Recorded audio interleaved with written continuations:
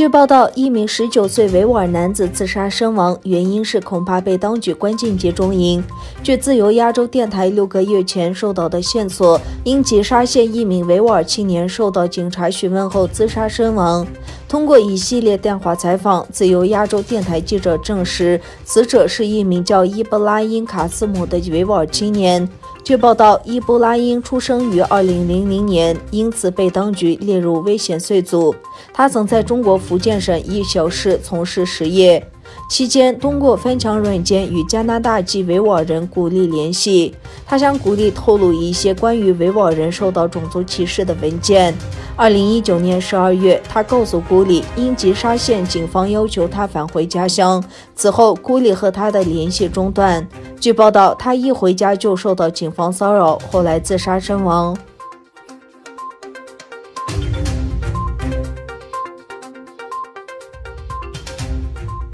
美国国会中国事务委员会于12月14日在推特上发表声明，敦促中国当局释放维吾尔族研究人员和教授热依拉·达乌提，并结束东突厥散的文化破坏。代表中国事务委员会2位联席主席发表的声明，是在维吾尔族学者热依拉·达乌提被任意逮捕3周年之际发表。早些时候，美国国务院发布了一段视频消息，内容涉及包括热依拉·达乌提在内的被任意逮捕的维吾尔妇女。该委员会在声明中说，在维吾尔族研究人员热依拉·达乌提失踪3周年之际，委员会主席敦促中国当局立即释放他，并结束其在东突厥散的文化破坏。52岁的热依拉·达乌提于2017年12月失踪，据称他被带到一个集中营，尽管中国政府尚未透露有关他的任何消息。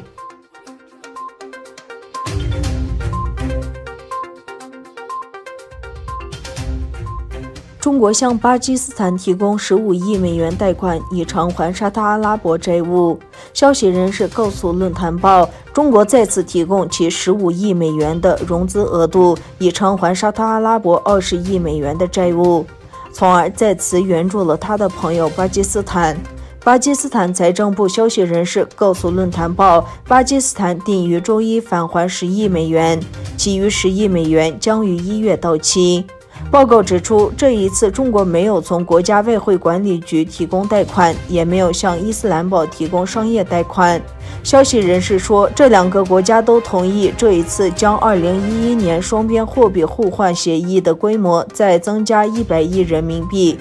过去几年，中国已成为巴基斯坦最大的债权国。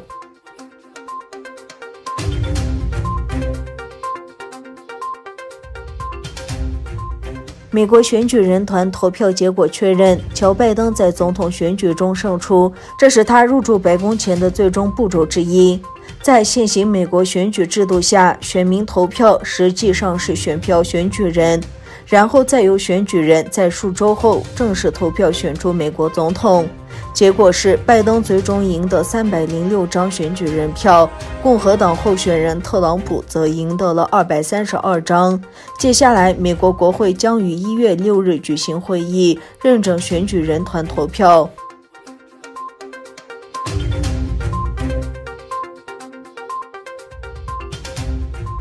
中国长江口周日晚间发生重大的船难事故，有2艘货船相撞，其中1艘入水并沉没，至少3人遇难，5人仍失踪，搜救工作仍在进行中。综合媒体报道，此次事故发生在长江口北棗航道水域。据上海海事局消息，一艘货船长绵海洋号因主机故障，在长江口北棗海道附近与另一艘货船新奇胜69号发生碰撞，导致后者船体进水沉没。16名中国船员堕海，截至周一下午，搜救人员一共救起10人，并打捞起1具遇难者尸体，其余5人仍在搜救中。